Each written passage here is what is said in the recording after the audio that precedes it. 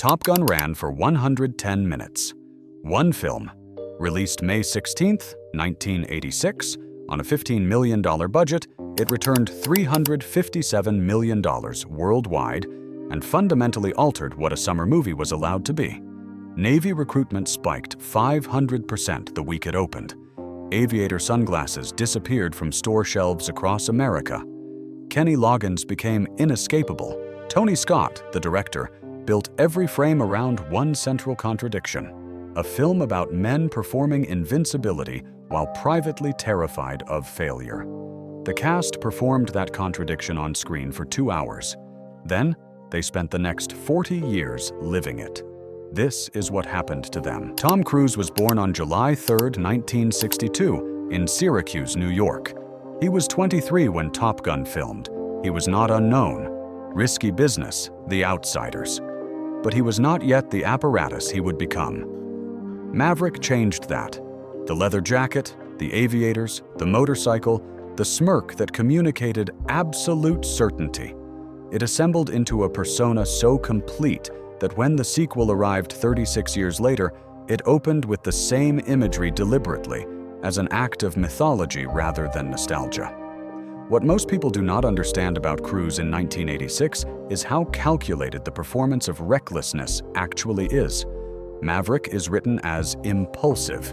Cruise plays controlled impulsiveness, a man performing chaos within precise limits. That discipline became the defining characteristic of everything that followed. He learned to actually fly for the film. He insisted on real jets. The physical commitment was not performance, it was philosophy. 3 marriages, 3 divorces. Scientology made him a symbol for something millions of people needed to argue about. None of it slowed the machine. In 2022, Top Gun, Maverick opened to $1.5 billion worldwide. He was 59 years old. The film outgrossed the original by 4 times. He had delayed its release for 3 years, refusing to let it go to streaming, because he understood something about collective experience that the industry had quietly stopped believing in. In 2025, the Academy gave him an honorary Oscar for Lifetime Achievement in Cinema. In 2026, Top Gun is being re-released in theaters on May 13th to celebrate its 40th anniversary. Tom Cruise is 63 years old and has films in active production. He is not winding down. He is the last action star of a specific kind, and he knows exactly what that means. Val Kilmer was born on December 31, 1959 in Los Angeles. He was 26 when Top Gun filmed. Iceman was the film's structural mirror, technically perfect, procedurally correct, quietly furious at a man who broke every rule and still won. The character needed cold precision. Kilmer delivered something colder than that.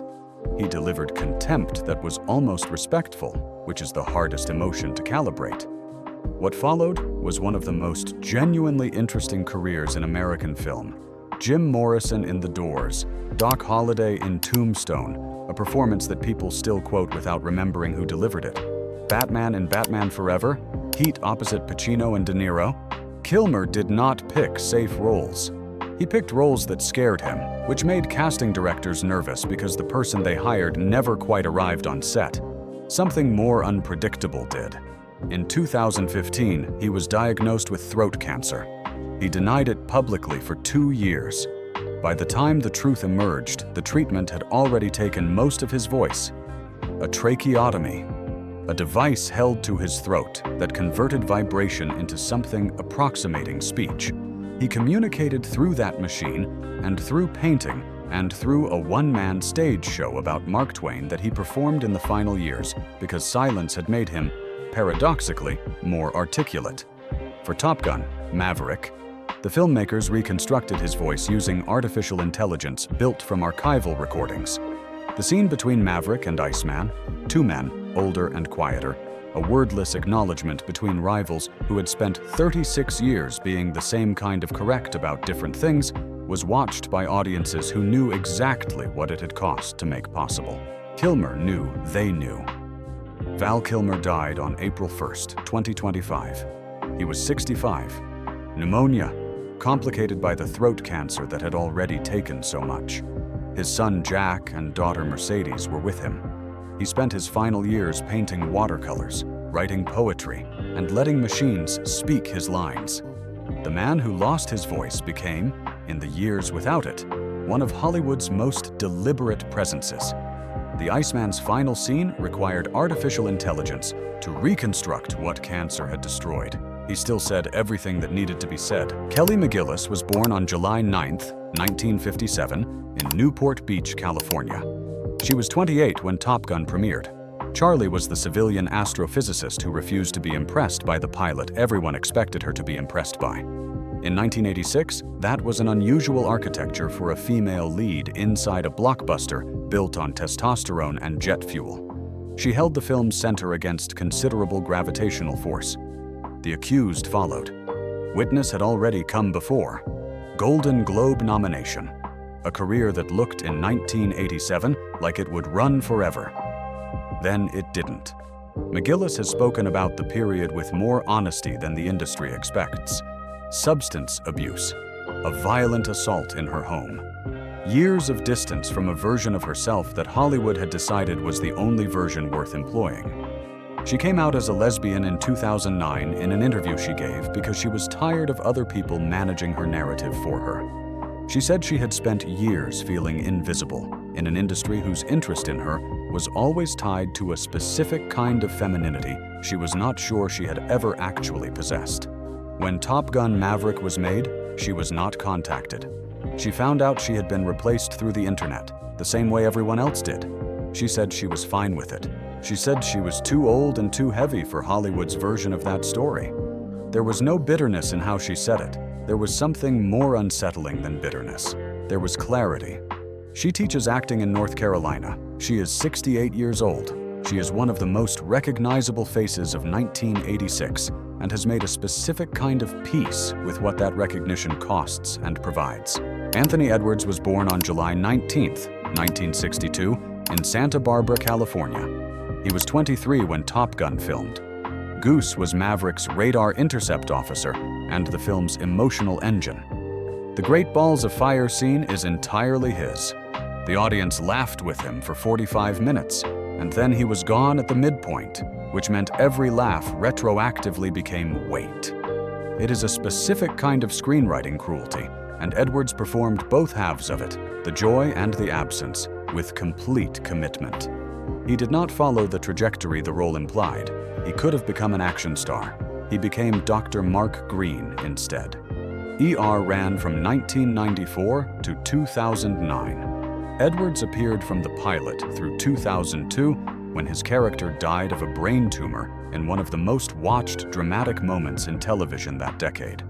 He left at the height of the show's commercial power, which was either confidence or wisdom, and possibly both. In 2017, he came forward publicly about being sexually abused as a teenager by producer Gary Goddard. He said he had carried the information for decades because he did not know what to do with it, and then, when the moment came, he did. Anthony Edwards is 63 in 2026. He works consistently in film and television. He does not dominate Top Gun anniversary conversations the way some others do, which reads as deliberate.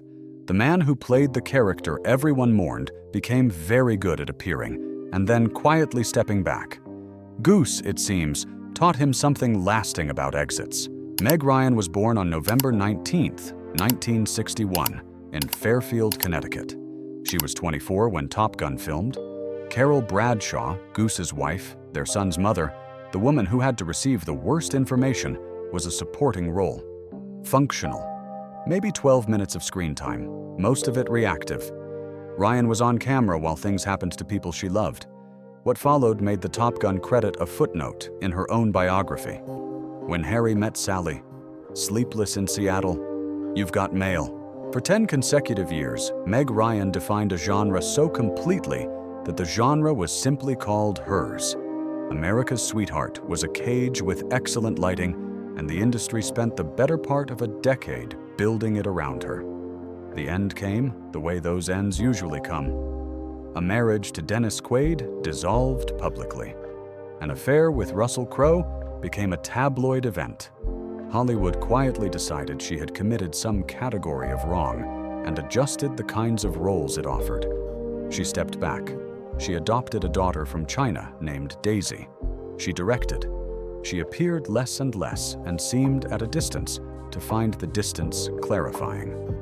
In 2023, she returned with What Happens Later, a film she directed and starred in. The reviews were uneven, the audience was small, but she had made it entirely on her own terms, which is a different accounting than the one that first made her famous. Meg Ryan is 64 years old. She is not attempting to recover what existed before. She seems to have concluded at some point between then and now that what existed before was never quite hers to begin with. Tom Skerritt was born on August 25, 1933, in Detroit. He is 92 years old in 2026. He is the oldest surviving principal cast member. He served in the United States Air Force after high school as a classification specialist before Hollywood found him, which means Viper, the commanding officer who understood that good leadership sometimes requires watching the right person fail before they can succeed, was not a character Skerritt was performing. It was a posture he already carried. He came to Top Gun with 25 years of credits. MASH, Alien. He was Ripley's commanding officer before he was Maverick's. He won a Primetime Emmy for Picket Fences. He co-founded the film school in Seattle in 1996 to mentor working filmmakers because he understood that the industry's knowledge evaporates if the people who hold it do not deliberately pass it forward. He has a personal film project, Reflections of the River, set for release in 2025 and described as the most intimate work of his career. Tom Skerritt, at 92, is still in production. He has not announced retirement. The man who played the authority figure outlasted nearly every person he commanded. That is not irony, that is Viper. Lived completely off-screen. Michael Ironside was born on February 12, 1950, in Toronto, Canada. He was 35 when Top Gun filmed. Jester was the instructor who was outmaneuvered by Maverick in training and responded to being beaten by acknowledging the beat cleanly and moving forward. That small moment, the willingness to be bested without resentment, is more interesting than any scene Jester is given to win. Ironside has more than 200 acting credits across a career that spans 5 decades. Scanners, Total Recall, Starship Troopers. He has never been the lead. He has been the face that appears in the first scene and immediately tells the audience what kind of film they are inside. That is a specific and undervalued skill. He is a survivor of bowel, prostate, and thyroid cancer. He has been married to his wife Karen since 1986. He is 76 years old, works consistently, and is known among co-workers for a library that takes up multiple rooms. Tim Robbins was born on October 16, 1958, in West Covina, California. He was 27 when Top Gun filmed.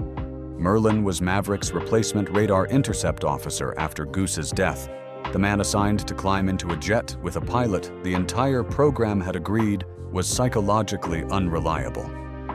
He did it. No grand speech, no visible hesitation, just a quiet agreement to trust a broken man with his life. The film gives him almost no dialogue for that decision. Robbins plays it with his body, which is harder. The Shawshank Redemption, Mystic River, for which he won the Academy Award for Best Supporting Actor in 2003. Dead Man Walking, which he directed.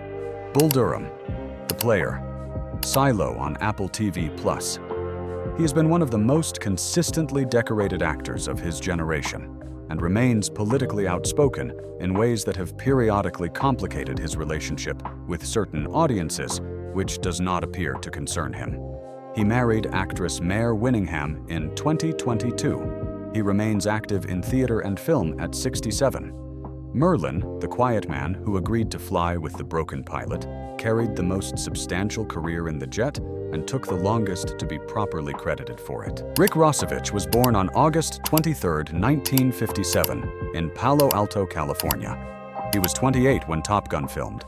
Slider was Iceman's radar intercept officer, loyal, loud, dismissive of Maverick, in ways that tracked his partner's rivalry precisely.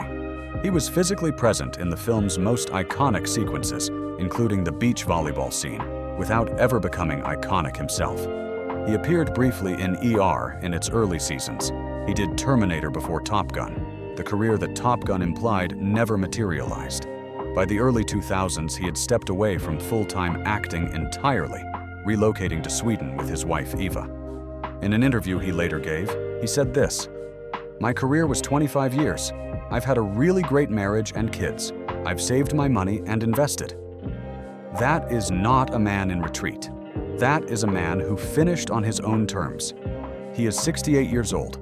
He appears at Top Gun anniversary events and speaks about the film with the warmth of someone for whom it represented a summit rather than a beginning. There is no performance in how he discusses it. Barry Tubb was born on June 10, 1963, in Snyder, Texas. He was 22 when Top Gun filmed. He was a champion bull rider before Hollywood. Wolfman was the pilot with the least dialogue among the named cast, background energy, part of the ensemble that made the locker room and the flight deck feel populated with actual men rather than furniture. After Top Gun, he appeared in Lonesome Dove and its sequels, Friday Night Lights and Revolution. And then he made a decision almost unheard of in the industry. He left and returned to Texas. He became a professional cutting horse competitor and cattle rancher. He participates in rodeo events. He breeds quarter horses. In 2024, he sued Paramount Pictures for using his image in Top Gun, Maverick, without his consent or compensation. He is 62 years old. He is the only member of the original cast who traded one form of American mythology for another and appears completely settled in the exchange. Wolfman flew jets on screen for 110 minutes. Then he went home and got back on a horse. Some men know exactly what they want, and what they want has nothing to do with what made them famous. Top Gun ran for one film, 110 minutes. One idea: that the men performing invincibility are the ones most quietly undone by what they cannot control. One man refused to let the sequel be seen anywhere but a theater, then collected an honorary Oscar at 62 and is still in production at 63.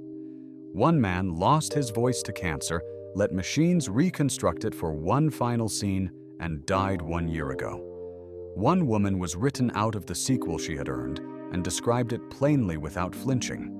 One man played the dead friend and spent 30 years becoming very good at graceful exits. One woman became an entire genre and then walked away from the genre when it stopped being hers.